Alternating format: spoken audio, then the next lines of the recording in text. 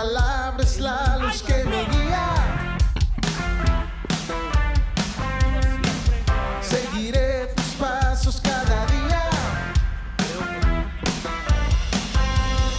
Usted está en un tiempo de revelación y palabra de Dios. Usted está en camino a la excelencia. Seguiré el camino, Jesús, hacia la excelencia. Gracias a todos, a los que nos están viendo en las plataformas, sean bienvenidos a la casa del Señor. Y quiero en el día de hoy predicar o enseñar, voy a enseñar un par de cosas en el día de hoy, que no, por tiempo no me va a alcanzar para enseñar todo, pero haré lo mejor que pueda. Y son las características de un discípulo maduro. Puede tomar asiento, voy a hablar muy despacio hoy, con mucha calma. Y lo primero que yo quiero que usted entienda, que esta enseñanza que me propongo impartir en estos minutos, se origina en Romanos, en la carta del apóstol Pablo a los Romanos, en su capítulo número 12. La carta del apóstol Pablo a los Romanos se caracteriza porque es una de los escritos más profundos que tiene toda la escritura teológicamente hablando. La teología de Romanos es bastante profunda, y el origen de esta carta, o la razón de esta carta, fue que Pablo le escribe a los cristianos que vivían en Roma con la intención de que lo recibieran, porque Pablo quería llegar a Roma y utilizar su visita en Roma, que de hecho eran una iglesia o eran personas con poder económico, para llegar a Roma con la intención de Roma ir a España, a lo que hoy es España, usarlos como de alguna manera de escala para llegar allá, que ellos lo enviaran allá, lo ayudaran hasta llegar allá. Sin embargo, esto nunca sucedió. Pablo nunca pudo llegar a Roma como él pensó, sino que Pablo llegó a Roma como un reo, embajador del Señor en cadenas. No fue la cosa. Pablo lo vio de una manera, pero no terminó siendo así. Pero aunque esto no ocurrió, la carta que el apóstol Pablo escribió para este fin es rica en principios de reino y en profundos principios teológicos que determinan la vida de un cristiano. Por eso el tema de hoy es características de un discípulo maduro. Y lo primero que un discípulo debe tener o debe procurar desarrollar en su vida es la sinceridad. La sinceridad de un discípulo. Iglesia amada, Dios nos enseña en Romanos capítulo 12, por medio de Pablo, dice: el amor sea sin fingimiento, aborrecer lo malo, seguir lo bueno, amados los unos a los otros con amor fraternal, en cuanto a honra, prefiriéndoos los unos a los otros. Lo primero que uno tiene que aprender a desarrollar, quiero que me oiga bien, porque la realidad es que todos venimos de diferentes entornos y con distintas situaciones personales. Y muchos de nosotros venimos del mundo y traemos un lastre de cosas. Y entre ese lastre de cosas puede ser que algunos vengamos cargando con un espíritu de hipocresía. Aprendimos a ser hipócritas, aprendimos a reír y a aplaudir cuando en realidad estamos enojados. Aprendimos a disimular muchas de nuestras emociones y disfrazarlas de una emoción contraria, y aprendemos a fingir muchas cosas.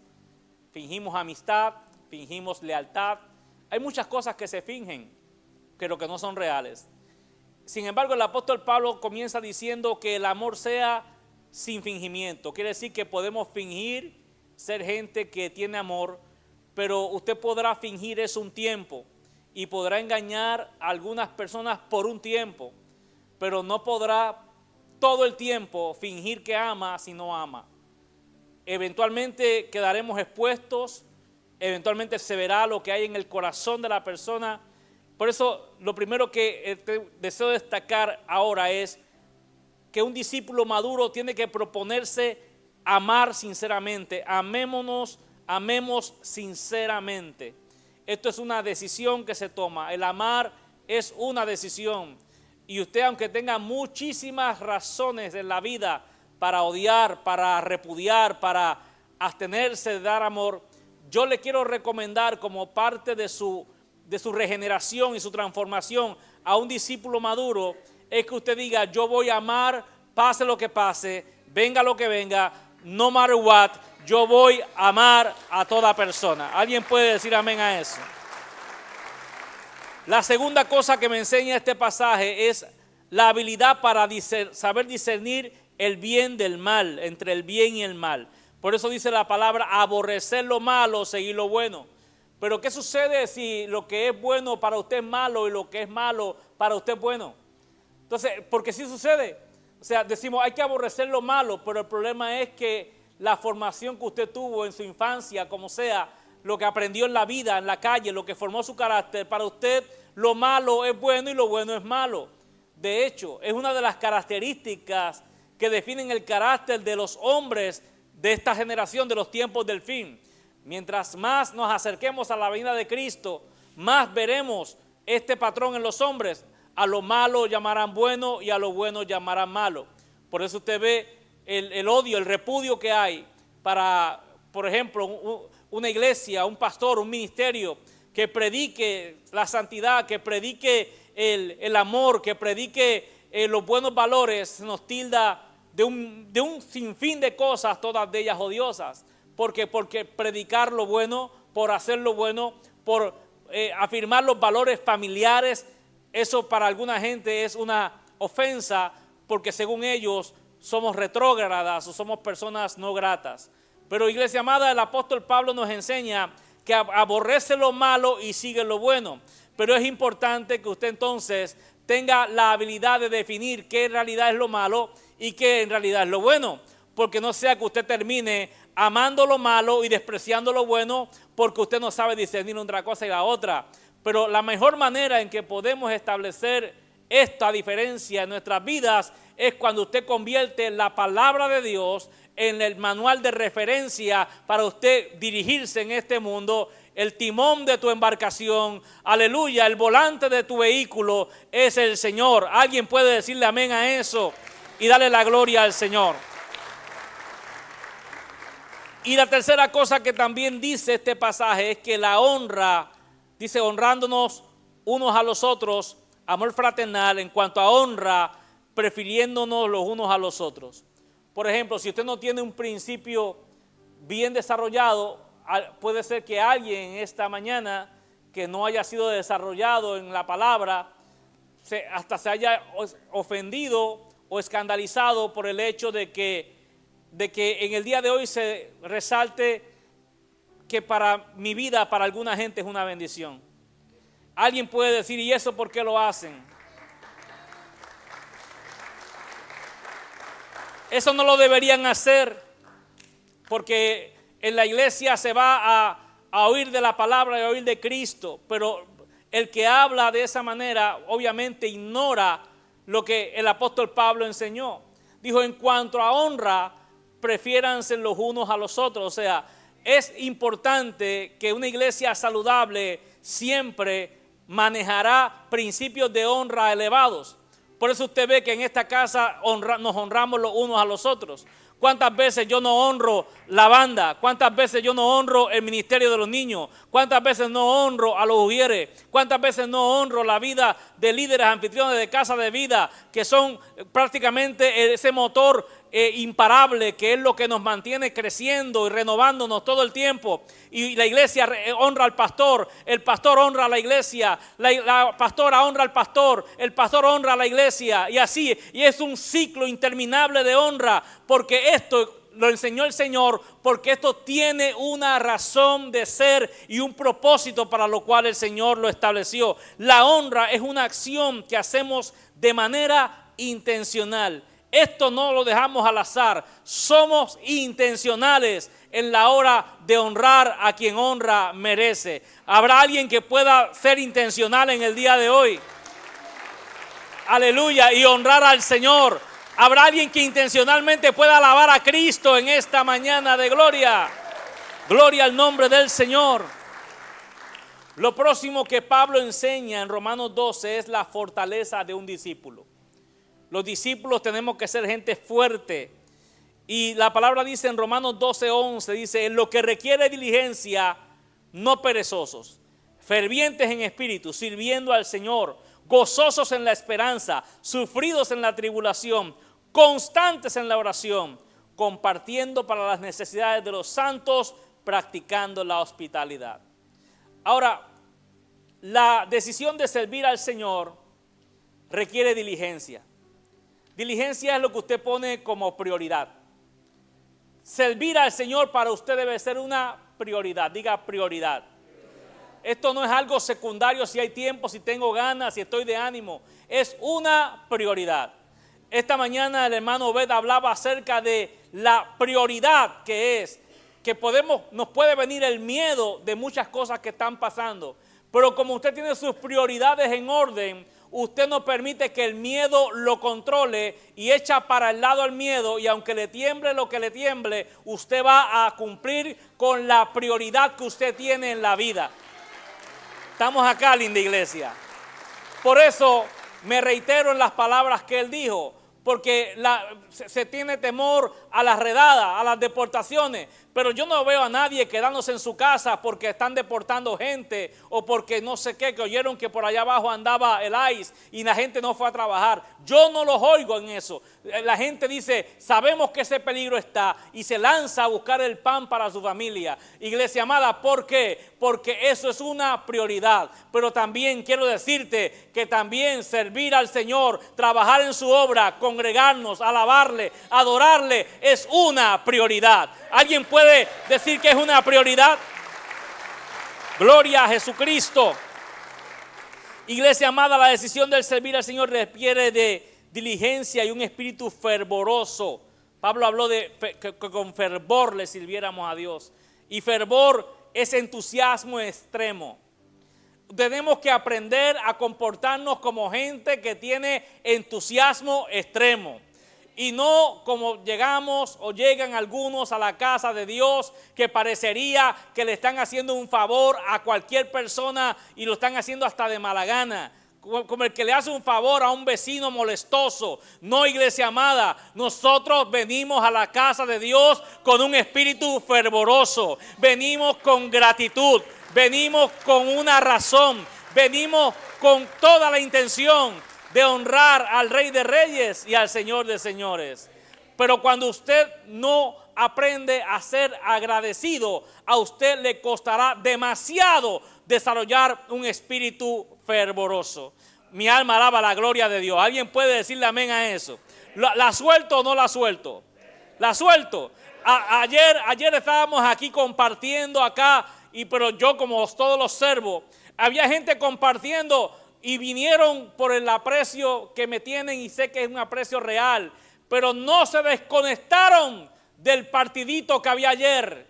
Ahí andaban, yo los veía viendo a ver qué pasó, a ver quién ganó, unos tristes y otros contentos. Mi alma alaba al Señor por el partidito de ayer, y yo como parezco que no veo, pero veo y agradezco que hayan venido. Pero usted dijo, yo voy para la fiesta, para el cumpleaños del pastor, pero esto no me lo pierdo yo. Mi alma alaba la gloria. ¿Me está entendiendo? Porque para usted es una prioridad y el entusiasmo te hace que tú puedas superar cualquier obstáculo, pero eso no te lo pierdes. Yo no sé si tú tienes ese mismo entusiasmo para las cosas de Dios. Cuando te duele una uña, cuando tienes dolor de cabeza, el entusiasmo te hace decir, me duele por acá, me duele por allá, la espalda como que me duele, pero tengo un entusiasmo que nada lo puede parar, nada lo puede detener. Tengo que ir a la casa de Dios, porque la Biblia dice, yo me alegré con los que decían, a la casa de Jehová iremos. Pero el que no tiene espíritu fervoroso no se va a alegrar ante esa realidad. ¿Alguien puede decirle amén a eso hoy?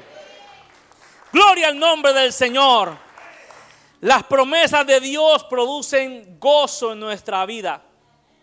Yo no sé si usted, pero si no conoce promesa, ¿qué gozo va a tener? Pero los que conocemos promesa, usted sabe que eso produce gozo en la vida suya. El usted saber que usted tiene una herencia inmarcesible, incorruptible, que no se echa a perder. El hecho de saber que sea que vivamos o que muramos, somos del Señor. El hecho de saber que mi Redentor vive y que intercede por mí delante del Señor, con el hecho de saber que Él está conmigo aún en el valle de la sombra de la muerte, yo no sé si eso produce en usted una sensación de gozo y de alegría. Que pase lo que pase, que venga lo que venga, veremos al Señor.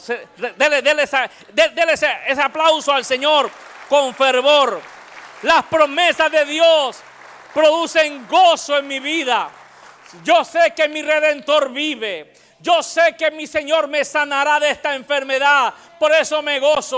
Yo sé que venceremos esta prueba en el nombre poderoso de Jesucristo. Yo sé que mi economía se va a levantar. Yo sé que las cosas de Dios van a prosperar porque tengo promesa. Tu matrimonio, tu familia, tus hijos están bendecidos porque tienen promesa. No es una fanfarronería del pastor o de ningún predicador, es una promesa. ¿Cuántos quieren recibir promesa en el nombre del Señor? Pues alégrate con la promesa que Dios te está dando. A veces los papás de antes le decían, uno le pedía algo, le decía un día de estos. Un día de estos, le decían a uno, y cuando uno creía en ese momento que un día de esto iba a ser, pero después con el tiempo uno aprendió que cuando un padre, algunos padres, te decían un día de estos, era más que no lo vas a ver, que lo vas a ver. La versión salvadoreña es primero Dios al ratito. Cuando un salvadoreño le diga a usted primero Dios al ratito, olvídese que usted no va a ver nada. Y de eso tengo mis testimonios yo. Cuando yo empezaba a pastorear, que no tenía gente, ni música, ni nada, y me fui a buscar gente por las calles porque no tenía nadie. Mi esposa y yo y mis hijos, mis hijas. Pero yo quería levantar una iglesia. Y un día me encontré con un grupo grandísimo, eran como 20, en una esquina, y aquí es, y me las acerco. Y les empecé a hablar, y ellos se mostraban como que estaban interesados, pero después me di cuenta que no. Pero yo creí que estaban interesados. Y todo lo que, mire, estamos en tal sitio, y primero Dios al ratito, primero Dios al ratito. Yo no los conocía bien, ni la cultura. Llegué a mi casa, Zaira, lleguemos temprano a la iglesia, hoy van como 20. Porque hablé como con 20 muchachos y me dijeron todos, primero Dios al ratito, ahí vamos a llegar.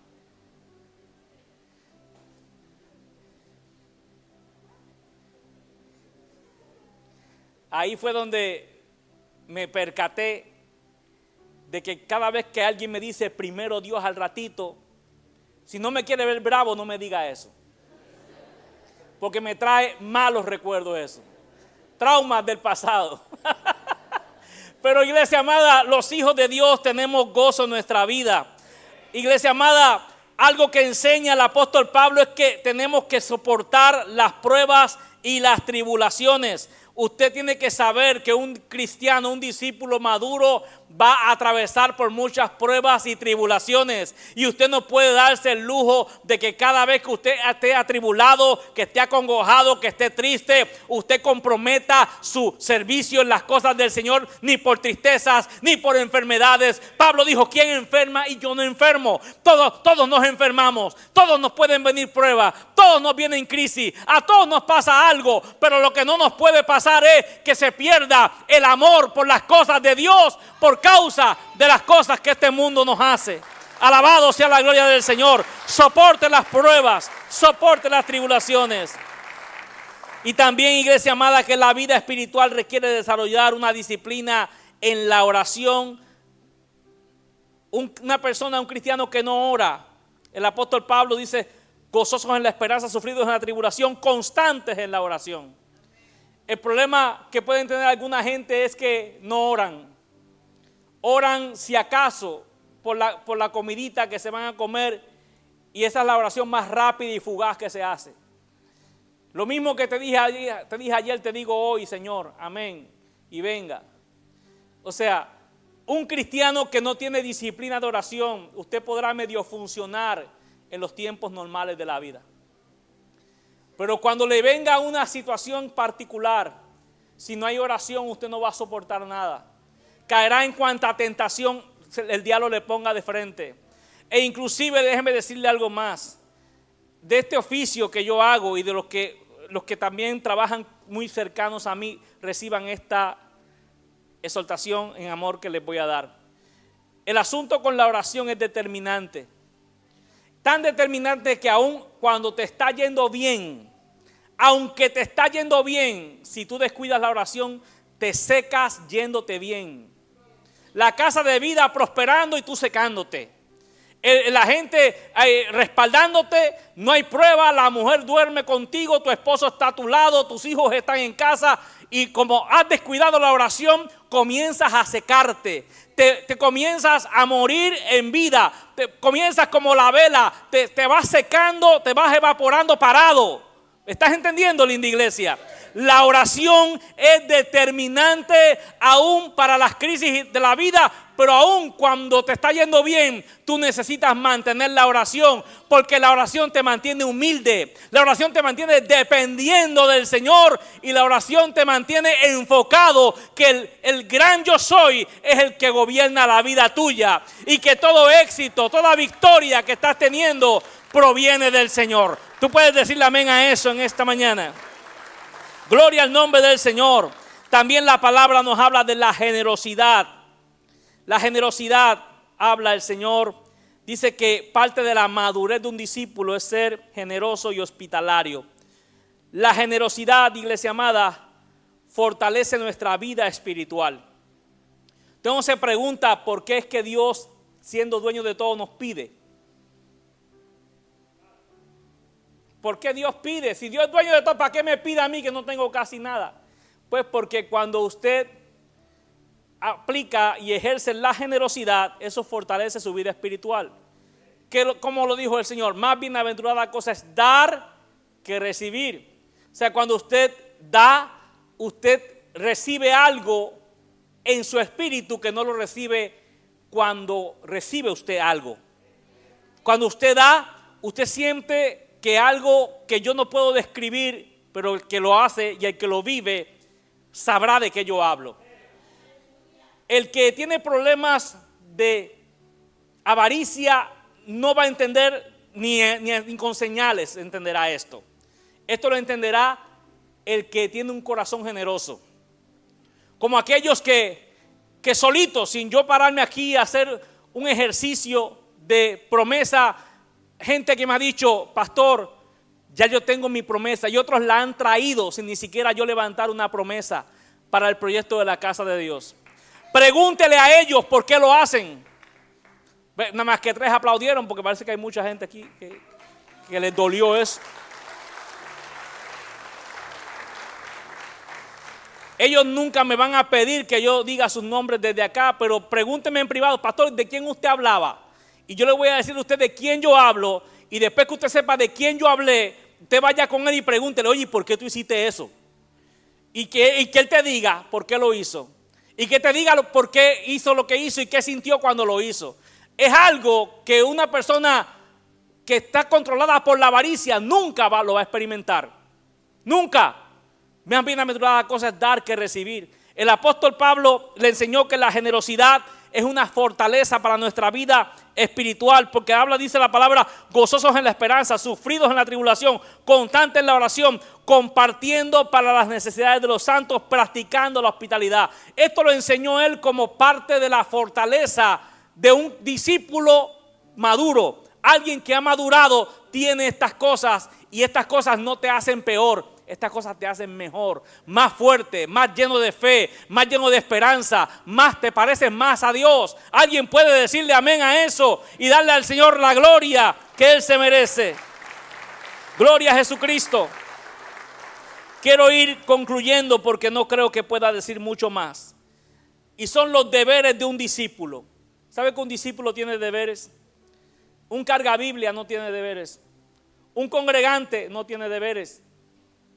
Viene cuando quiere, asiste cuando quiere, va a la casa de vida si quiere, la abre si quiere, la cierra cuando quiere, porque no tiene sus deberes muy definidos.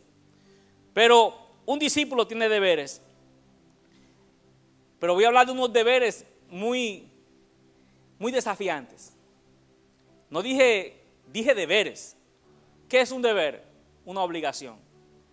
Algo que tenemos que hacer. Los deberes, Romanos 12:14 dice, mire los deberes de un discípulo maduro. Bendecid a los que os persiguen. Bendecid, no maldigáis. Gozaos con los que se gozan, llorad con los que lloran. Unánimes entre vosotros, no altivos, sino asociándonos con los humildes. No seáis sabios en vuestra propia opinión. Y con esto cerraré la enseñanza de hoy. Los discípulos han sido llamados para bendecir y no maldecir. Usted, por la boquita esa que usted tiene, usted no puede andar queriendo alabar al Señor y al mismo tiempo maldiciendo la vida de otras personas. Una fuente no puede dar dos aguas al mismo tiempo. O eres agua dulce o agua amarga, ¿verdad? No se puede servir a dos señores. Se amará a uno, se despreciará al otro. Así también el Señor quiere que usted entienda que hemos sido llamados para bendecir las personas y no para maldecir. ¿Usted ha bendecido a alguien últimamente? ¿Y habrá maldecido a alguien últimamente? No, aquí nadie maldice. Pensemos en nuestros dichos. Las palabras nuestras tienen poder y nos afectan. Si usted es una persona que continuamente está hablando palabras, cuando digo palabras de maldición, no estoy diciendo que maldito seas o ojalá y que te mueras. Hay muchas maneras de maldecir. Cuando usted habla mal de otras personas. Cuando usted le cuestiona de manera maliciosa el progreso de alguien. Eso es maldecir. La calumnia es maldecir. Cuando ves que una persona está prosperando y tú no encuentras una razón lógica para su prosperidad, enseguida empiezas a adjudicar ese éxito a cosas que no son buenas y las dejas en entredicho. Como el que dice que yo no he dicho, pero dice, a saber qué estará haciendo. Yo no sé, ella llega bien vestida, pero yo la veo que habla mucho con un fulano allá en quién sabe. ¿Me estás oyendo? No puedes ver progresar a nadie sin adjudicarle su progreso a cosas impías o nebulosas. ¿Tú estás maldiciendo a la gente? Y el problema con eso es que él trae repercusiones sobre tu vida. Porque lo que Dios te quería dar, no te lo puede dar. Porque tu corazón no está listo para entrar a nuevas bendiciones. Cuando tú no entiendas el progreso de alguien, iglesia, esto se ve hasta en el ministerio. Cuando un pastor no entiende el progreso de otro pastor, comienza a maldecirlo. Pastores, no se vayan, que sé que me siguen con páginas que no se ven que son ustedes. Pero es la razón. Cuando un pastor progresa, hay que darle gloria a Dios por ese progreso de ese pastor. Algo debe estar haciendo y en lugar de darle cuestionando cualquier método que usted entienda que sería un método que no es de Dios, lo ideal sería ver qué está haciendo, vamos a conectarnos con esa persona para saber si de repente tiene algo que aportarme a mi vida. ¿Puede alguien alabar a Dios o no puede? Pero en lugar de hacer eso, lo que hacemos es que maldecimos a la otra gente.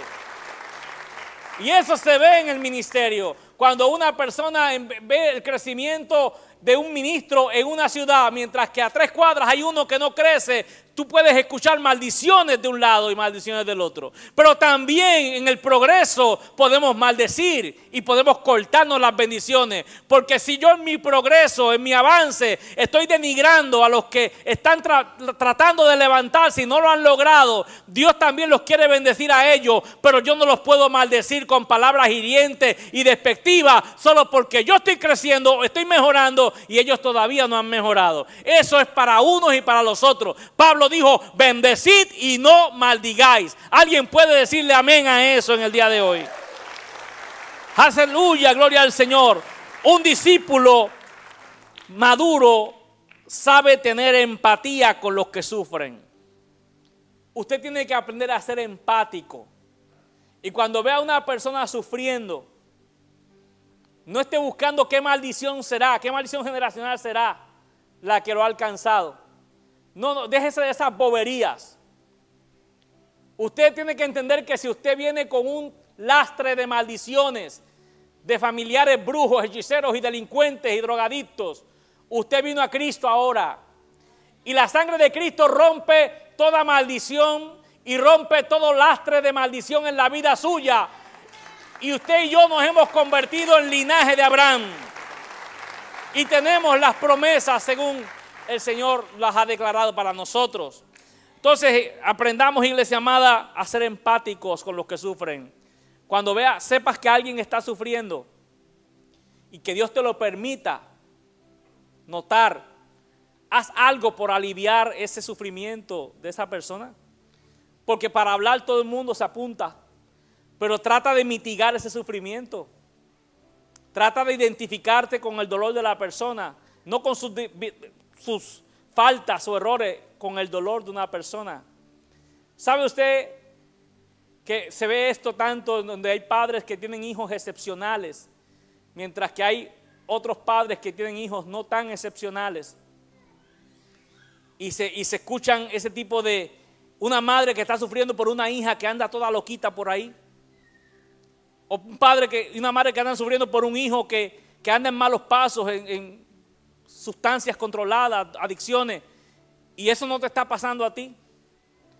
Y tú, en lugar de ser empático, lo que comienzas es a compararte y a mostrar que tú tienes unos resultados por el gran y excelente trabajo que has hecho como padre, y que por eso aquella otra familia tiene los hijos como los tiene, porque ellos no son buenos padres, no oran lo suficiente y no son tan santos como tú. Yo quiero advertirte del peligro que es esto, porque esto puede ocasionarte que Dios te permita una travesía que tú no deberías experimentar si oyes palabra de Dios. Y que aprendas que hoy los hijos que una persona tú los ves arruinados, mañana Dios los levanta y los convierte en gente más prominente que tus hijos.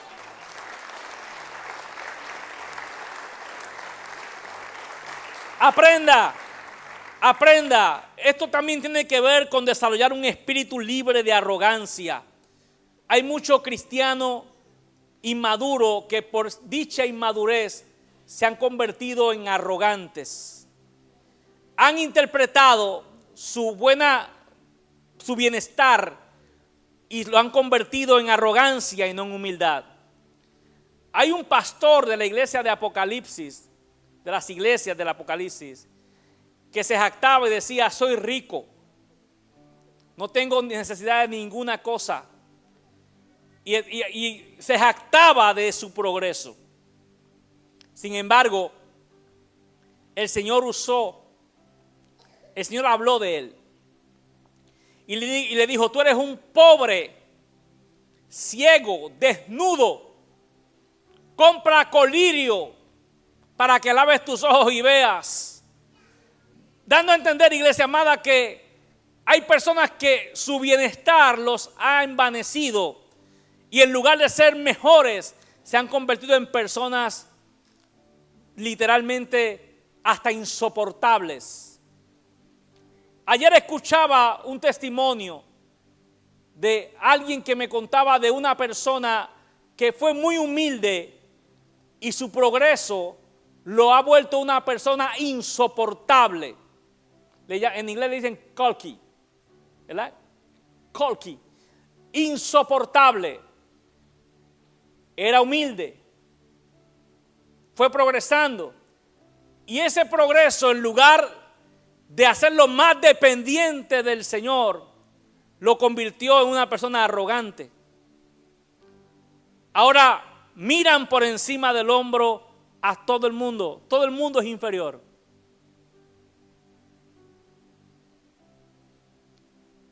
Tenemos que aprender, iglesia amada, que el progreso que Dios nos da nos debe convertir en mejores personas, en más empáticos,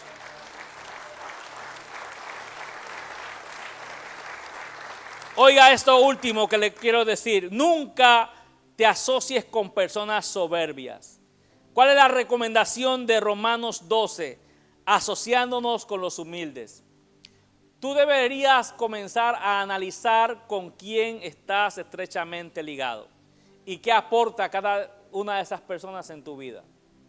Número uno, que veas cuál es tu condición con dichas personas. Porque yo hablo con todo el mundo, pero a mí no todo el mundo influye en mí. Yo puedo hablar con quien sea, yo puedo hablar con un narco, yo puedo hablar con una persona que tiene negocios turbios, yo puedo hablar con él, inclusive puedo cenar con él, pero nada de lo que esa persona haga o diga influye en mi vida. Pero hay gente que yo sí sé que pueden influir en mí. Y son las personas a las que yo trato de, los que son de influencia positiva, tenerlos bien cerca de mí porque me influyen, me inyectan fe, esperanza, humildad, respeto por las cosas de Dios. Pero también pudiera darse el caso de alguien que puede influir en mí y que venga a rebajar mi fe, a rebajar mi compromiso, a rebajar mi nivel de la santidad y del estándar que debe gobernar mi vida. ¿Sí estás entendiendo eso? Entonces el Señor dice, asóciate con los humildes y nunca te asocies con personas soberbias. Nunca. Para que madures. Cuando veas a una persona soberbia, salúdalo, pero con los vidrios del carro arriba. Hazle así, con los vidrios arriba. ¿Sí entendió eso, verdad? Por último, el Señor dice, no seas sabio en tu propia opinión. Hay gente que es más terca que la mula de Balaam,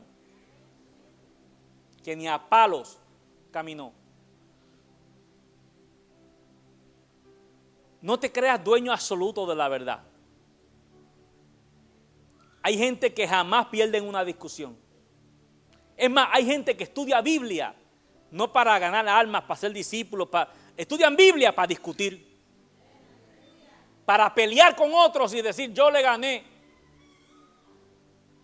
Siempre recuerdo en el instituto cuando yo fui a estudiar, eso me desconcertó a mí. Yo fui a estudiar con todo, así voy a prepararme para predicar mejor. Pero llegó un alumno, otro alumno conmigo, que cuando lo aceptaron y llenó la planilla y lo aceptaron, dijo, ahora sí, lo dijo y yo lo oí, ahora sí va a haber el pastor. Me voy a preparar y voy a saber hasta más que él. Yo lo oí. Yo estaba jovencito, poco tiempo en el Señor, y dije, ¿oí bien? O sea, este hombre viene a estudiar acá, a aprender teología, pero no para ser un discípulo excelente. El propósito de él era derrotar al pastor de él en debates bíblicos. Arrogante. Hoy no le sirve al Señor. Iglesia, la gente que es así van a pasar por procesos bien duros y difíciles. Termino con esto. Conozco este testimonio de un hombre que tenía este espíritu de arrogancia y se creía dueño de la verdad. Y un día llegó un pastor a su iglesia, hubo un cambio de pastor, llegó un nuevo pastor y él conocía a este pastor. Habían estudiado en el instituto juntos y él había sobresalido más en el instituto que el pastor que llegó. Eso le generó a él mucho desprecio hacia él, mucho desprecio hacia él. Al punto de que comenzó a menospreciar sus prédicas, sus enseñanzas y comenzó a alejarse. Para hacer la historia larga, corta, esa arrogancia lo sacó de la iglesia. Cuando vino a darse cuenta, estaba en vicios. Y el vicio se fue apoderando de él porque era un hombre de negocios, de empresas. Y tenía dinero para todo el vicio que quería, pero fue hundiéndose y lo perdió todo. Cuando lo perdió todo, estaba en las calles, en el vicio en las calles, y un día se metió una sobredosis. Y en esa sobredosis lo encontró una prostituta que lo vio muriéndose de una sobredosis Y la prostituta, para ese tiempo se usaban las páginas amarillas, las guías telefónicas, y comenzó a buscar ella, porque la prostituta también sabía de Dios, y usted se va a morir, se va a ir al infierno. Y ella dijo, voy a llamar a un pastor.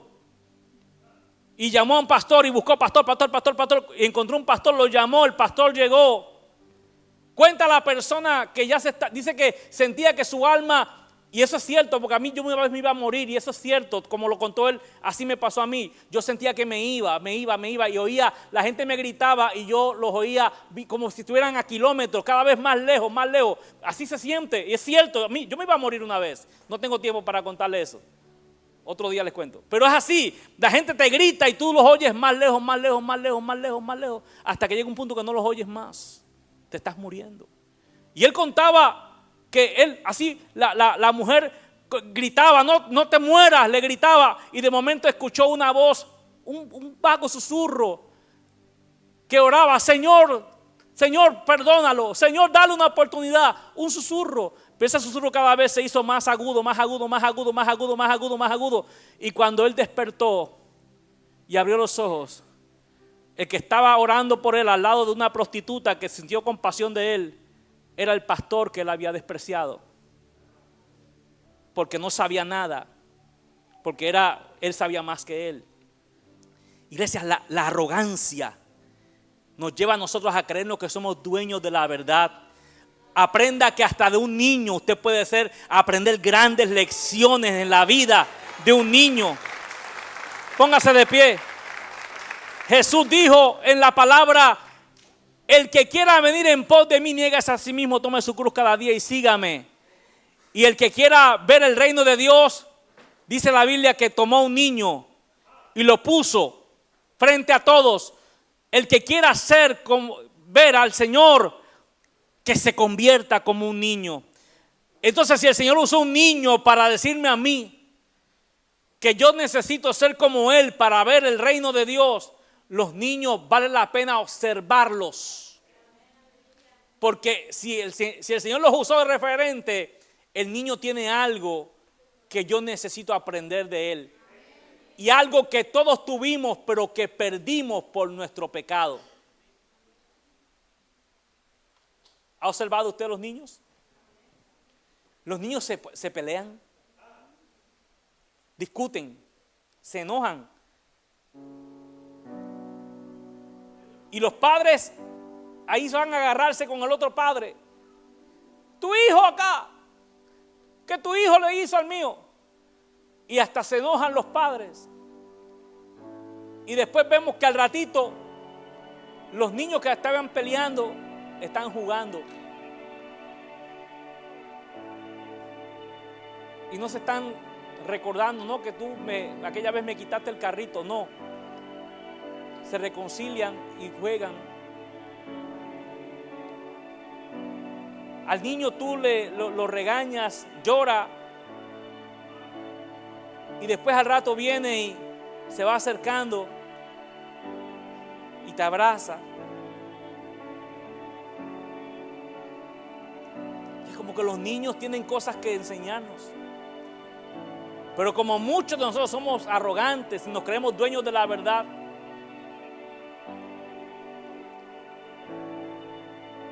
y nos ofendemos demasiado, los enojos nos duran. Parte de la madurez de un discípulo es aprender a perdonar como un niño perdona. ¿Será que tú puedes decirle amén a eso? ¿Habrá alguien en el día de hoy que reciba esta oración hoy? Levante su mano ahí donde está. No voy a hacer llamado, el tiempo se me fue. Pero alguien que quiera madurar como discípulo. Tal vez lo que yo he mencionado acá encaja contigo, o tal vez algo que no mencioné pero que tú sabes que lo necesitas. Te estás quedando corto, estás fallando, te estás descuidando, has descuidado la oración, has descuidado tu búsqueda con el Señor. Levante sus manos al cielo. Padre, en el nombre de Jesús, yo oro ahora delante de ti, Dios del cielo, reconociendo que tú eres Dios. Mira, Padre amado, aquellos que pudieran estar descuidando su fe, que están siendo engañados por el éxito y el progreso que están teniendo en algunos aspectos de la vida. Señor, que están siendo engañados porque como no ven ningún problema grave y como nada les falta, Señor, se están confundiendo y están pensando que tú estás satisfecho con la vida que ellos están viviendo, que tú estás complacido con ellos y que los prefieres en lugar de otras personas. Sin embargo, Dios, yo oro, Padre amado, para que un espíritu de humildad venga sobre nosotros, Señor, y que aprendamos de los niños, que aprendamos de la gente, que aprendamos a perdonar, que aprendamos a no asociarnos con los arrogantes, con los que no tienen temor de Dios. Dios del cielo, oro para que en tu nombre sean bendecidos. Que Jehová te bendiga y te guarde. Que Dios haga resplandecer su rostro sobre de ti. Que tenga Dios de ti misericordia y que te bendiga en cada paso de la vida que vas a dar. Que aprendas a madurar y a crecer y seas un discípulo de excelencia. Sean todos bendecidos. Muchas gracias a todos por acompañarnos. Bendiciones.